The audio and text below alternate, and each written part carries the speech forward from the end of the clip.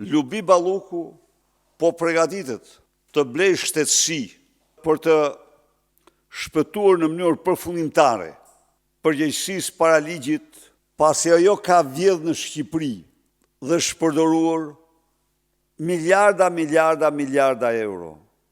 Gjatë periudhës saj, ajo ka administruar 12 miliard euro, më shumë se kushdo tjetër në historinë tonë kombëtare. Po ajo ka vjedhur nga 90 gjërë 100%, natyrisht kur autore e parë, Edi Rama, qëndron mrapa çdo vjedhje. Tani, ajo kërkon të blej shtetësi, sipas burimeve, përpjekjet fuqishme ka bërë dhe në Beograd. Ndërkohë, po interesohet dhe në vendet tjera që e kanë këtë praktikë.